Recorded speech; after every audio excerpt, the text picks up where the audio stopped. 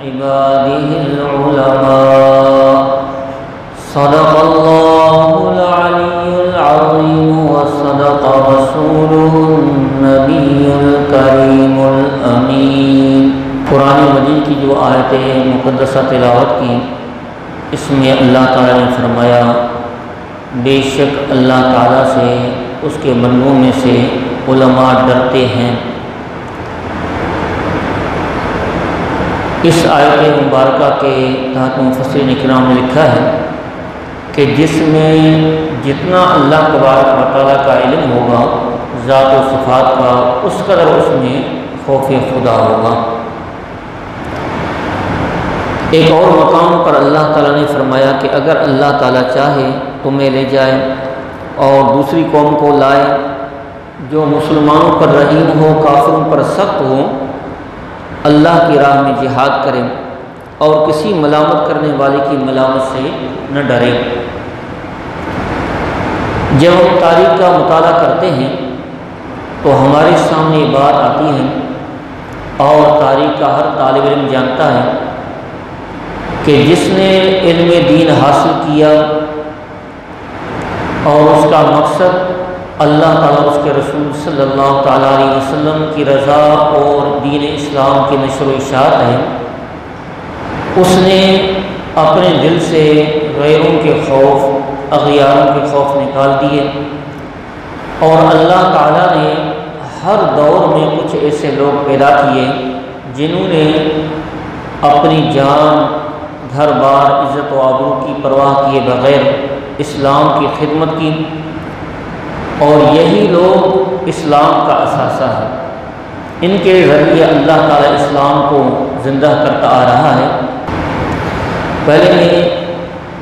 چند احادیث عرض کرتا ہوں، پھر میں تاریخی بات کی طرف آؤں گا۔ حضور صلی اللہ تعالیٰ علیہ وسلم نے علم دین کے بڑے فضائل بیان فرمائے۔ حضرت سیدنا امیر معاویہ رضی اللہ تعالیٰ عنہ سے روایت ہے، اس حدیث کو امام بخاری، امام مسلم نے اور دیگر ائمہ کرام نے روایت کیا ہے۔ یہ متفق علیہ حدیث ہے۔ رسول اللہ صلی اللہ تعالیٰ علیہ وسلم نے فرمایا من یرد اللہ بہ خیرا یفقہہ فی الدین وانما انا قاسم واللہ یعطی۔ جس سے اللہ تعالیٰ بھلائی کا ارادہ کرتا ہے اسے دین کی سمجھ عطا کرتا ہے۔ اس حدیث شریف میں رسول اللہ صلی اللہ تعالیٰ علیہ وسلم نے اللہ تعالیٰ کی طرف سے جس انسان کے لیے بہتری کی جائے، اللہ تعالیٰ جس انسان کا دنیا اور آخرت میں فائدہ چاہے،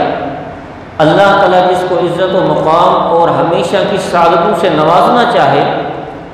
اس کو اللہ تعالیٰ یہ انعام دیتا ہے کہ اسے دین کی سمجھ عطا کرتا ہے۔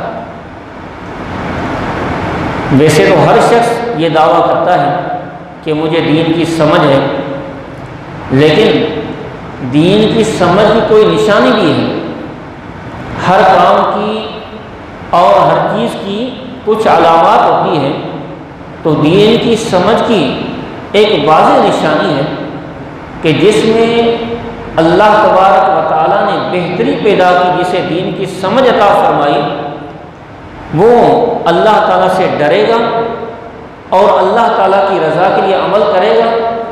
وہ دنیا اور دنیا کی تمام برائیوں سے دور رہے گا۔ اس کو یقین کامل ہوگا کہ دنیا فانی ہے، دنیا ختم ہو جائے گی، اور میں نے مر کر ایک دن اللہ تعالیٰ کے سامنے حاضر ہونا ہے، اور اس دن کی مقدار 50,000 سال ہے۔ پھر اس کے بعد یا تو جنت ہے یا پھر جہنم ہے، اور جو جنت میں جائیں گے ہمیشہ ہمیشہ جنت میں رہیں گے، اس کی کوئی حد نہیں، اور جو جہنم میں جائیں گے ہمیشہ ہمیشہ جہنم میں رہیں گے۔ یہ ایک اہم حدیث ہے۔ اس حدیث پر اگر ہم غور کریں تو تاریخ سے ہمیں بہت سے حوالے جات ملتے ہیں کہ مسلمانوں کے عروج کی وجہ کیا تھی اور پھر مسلمانوں کے زوال کی وجہ کیا ہے۔ ان میں سر فہرست ہمیں یہ بات ملتی ہے کہ جب سے مسلمان دین سے دور ہوئے، دین سے ہٹے، تو مسلمانوں کے اندر دنیا کی محبت آ گئی، کیونکہ دین سے دور ہو گئے۔ اب قرآن پاک کا علم نہیں، قرآن پاک کے معنی نہیں آتے، احادیث کا علم نہیں اور احادیث کے معنی نہیں آتے، جس کی بنا پر ہمارا آخرت پر کامل یقین تھا، ہم اللہ تبارک و تعالیٰ پر کامل یقین رکھتے تھے، اس میں ہم کمزور ہو گئے اور دنیا کی محبت اس طرح سرایت کر گئی کہ ہم ہر کام میں دنیا کا فائدہ دیکھنے لگے۔ ایک عام بات آپ دیکھیں، میں تقریباً کئی حکومتوں سے بات سنتا آ رہا ہوں، بہت سے ہمارے وزراء اگر یہ باتیں کرتے ہیں، پھر جناب خود کو روشن خیال کرنے والے لوگ بھی یہ باتیں کرتے ہیں کہ مدارس میں جدید تعلیم ہونی چاہیے۔ وہ تو ہم پہلے دن سے کریں جدید تعلیم الحمدللہ ہونی چاہیے، لیکن ہمیں جو فنڈ ملتا ہے دین کی بقا کے لیے ملتا ہے، یعنی لوگ جو ہمارے ساتھ کام کرتے ہیں، زکوٰۃ دیتے ہیں، فطرہ یا دیگر دینی تعلیم کے لیے، تاکہ ان کو ثواب ملے۔ اگر حکومت کسی ادارے میں دنیاوی تعلیم داخل کرنا چاہے، کسی عالم کو اعتراض نہیں، ہم تو خود 12 کا چونگے، ہمیں ٹیچر دو، کمرہ ہم آپ کو دیں گے، ہمیں کمپیوٹر پڑھانے کے لیے ٹیچر دو، ہم آپ کو کمرہ دے رہے ہیں، سب کچھ تو ہم تو خود ہی چاہتے ہیں۔ اور ویسے بھی الحمدللہ جتنے مدارس ہیں سب کی کوشش طلباء کرام دونوں تعلیم حاصل کریں، لیکن بات اصل میں عرض کر رہا ہوں کہ ان کو یہ بات نہیں آتی کہ ایک ڈاکٹر بن رہا ہے، اگرچہ وہ ڈاکٹر بن چکا ہے لیکن کلمہ پڑھنا صحیح نہیں آتا اس کو، کیا وہ مسلمان ہونے کے واسطے سے، مسلمان ہونے کے ناطے سے یہ بات نہیں کر سکتے کہ ایک ڈاکٹر پر لازم ہے کم از کم دین کا تھوڑا سا علم حاصل کریں، ایک انجینئر پر لازم ہے کہ کم از کم تھوڑا سا دین کا علم حاصل کریں؟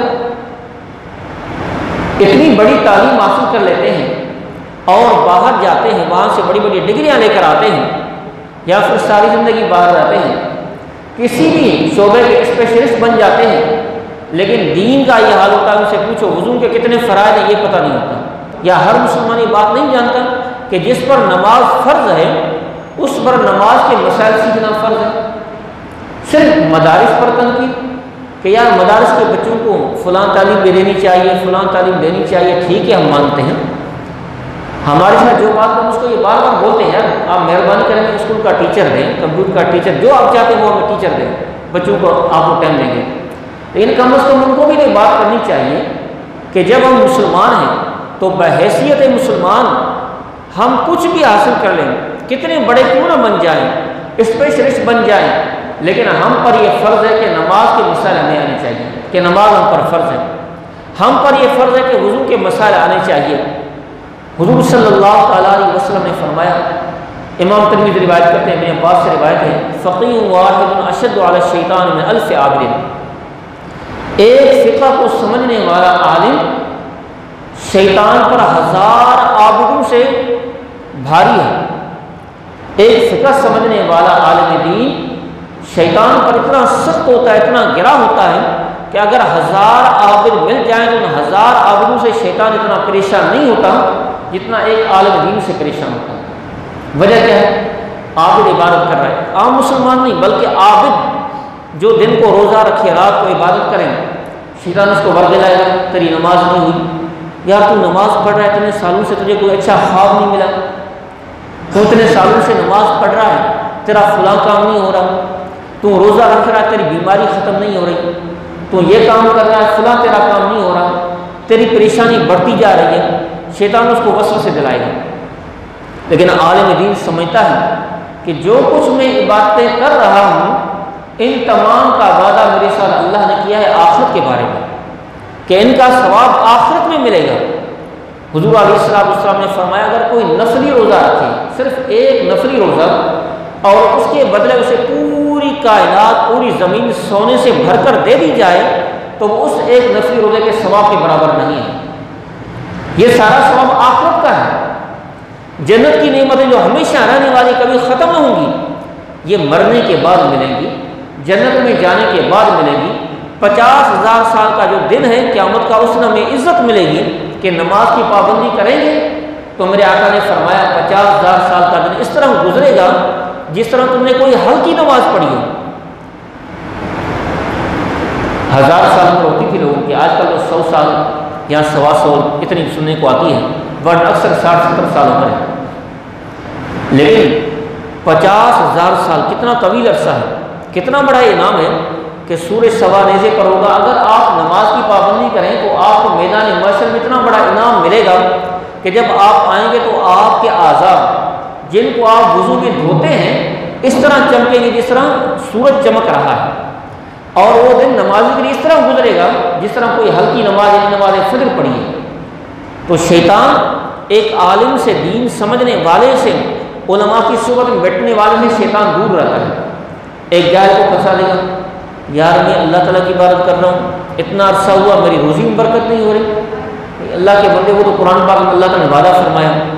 ہم نے ان کے درمیان معیشت کو تقسیم کیا ہے، اگر یہ معیشت تقسیم نہ کریں، یعنی کسی کو امیر، کسی کو غریب، کسی کو کم، کسی کو زیادہ، کسی کو تنگ دست، کسی کو خوشحال، اگر یہ نہ بنائیں تو نظام کائنات فاصل ہو جائے، دنیا کا نظام درم برم ہو جائے، کوئی کسی کا کام کرنے کے لیے تیار نہ ہو، یہ پورا معاشرہ تباہ ہو جائے۔ بتاؤ اگر سارے امیر بن جائیں تو جوتے کون بنائے گا؟ سارے امیر بن جائیں کپڑے کون بنائے گا؟ یہ ہمارے کام کاج کون کرے گا؟ ہر شخص اپنے شعبے میں جو بھی کام کر رہا ہے، سکون سے بیٹھا ہوا کام کر رہا ہے، اسے مزدوری مل رہی ہے، چاہے تنخواہ کا نام دو، سیلری یا مزدوری کا نام دو، اس کو اپنا معاوضہ مل رہا ہے، تو یہ نظام کائنات ہے۔ تو ایک عالم سمجھتا ہے قرآن پاک میں اللہ تعالیٰ نے یہ وعدے کیے، دنیا کی حقیقت یہ ہے، آخرت کی حقیقت یہ ہے، لہذا شیطان اس سے دور رہے گا۔ لہذا بحیثیت مسلمان ہمارا یہ فرض ہے، اگر کوئی کہے کہ بھائی آپ نے فلاں تعلیم حاصل نہیں کی، فلاں نہیں کی، اسے کوئی یار میں مسلمان ہوں، قیامت کے دن مجھ سے میرے اعمال کے بارے میں پوچھا جائے گا۔ الحمدللہ میں اپنے اعمال اچھے کرتا ہوں، اور میں اپنے اعمال کا روزانہ جائزہ لیتا ہوں سونے سے پہلے، اگر مجھ سے گناہ ہو جائے میں سونے سے پہلے اللہ سے معافی مانگتا ہوں، اور دنیا کو ختم ہو جائے گی، امیر ہو یا بادشاہ ہو، غریب ہو یا مسکین ہو، دنیا کی تعلیم یہاں رہ جائے گی۔ پھر دوسری بڑی بات دیکھیں، ایک پریکٹیکل ہے، میں نے بارہا دیکھا ہے، آپ میں سے بہت سے لوگوں نے دیکھا ہوگا، بڑے بڑے تعلیم یافتہ لوگ اعلیٰ تعلیم حاصل کر لی، لیکن جب ماں باپ بڑی عمر کے ہو جاتے ہیں ان کے ساتھ ان کا کیا رویہ ہوتا ہے؟ فوت ہونے کے بعد کی تو بات چھوڑ دیں، وہ تو کسی کو بلائیں گے، غسل دیا، پھر فاتحہ بھی نہیں کریں گے، ایصال ثواب بھی نہیں کریں گے، بس ختم۔ لیکن دنیا میں کراچی کے علاقے کا واقعہ، بڑا ڈاکٹر، اس کا باپ رو رہا تھا اور فٹ پاتھ پر بیٹھا ہوا تھا، اتنی آپ کا آمدن ہے کہ اپنے باپ کو عزت کے ساتھ گھر بھی نہیں بٹھا سکتے، کمرہ نہیں دے سکتے، باپ کو 2 وقت کی روٹی نہیں کھلا سکتے۔ یہ کیوں؟ اس لیے کہ ان کے پاس دین نہیں ہے۔ بے شک کلمہ پڑھتے ہیں، مسلمان ہیں، اس میں کوئی شک نہیں، کلمہ بھی پڑھتے ہیں، مسلمان بھی ہیں، سب کچھ ہے، لیکن دینی تعلیم سے دور ہے۔ قرآن پاک نے جو والدین کو حق دیا ہے، قرآن پاک نے جو بڑوں کو حق دیا ہے، چھوٹوں پر شفقت کا حق دیا ہے، قرآن پاک نے جو معاشرے کے حقوق بیان کیے ہیں ان سب سے نابلند ہیں۔ ان کو پتہ نہیں کہ مسلمانوں کے حقوق کیا ہیں یا انسانوں کے حقوق کیا ہیں۔ اسلام تو بہت بڑی چیز ہے، لیکن اگر کوئی شخص قرآن پاک صحیح پڑھ لے، قرآن پاک کا معنی پڑھ لے، احادیث کا معنی پڑھ لے، علماء کی صحبت اختیار کرے، اس کے اندر ایک انسانیت آ جاتی ہے۔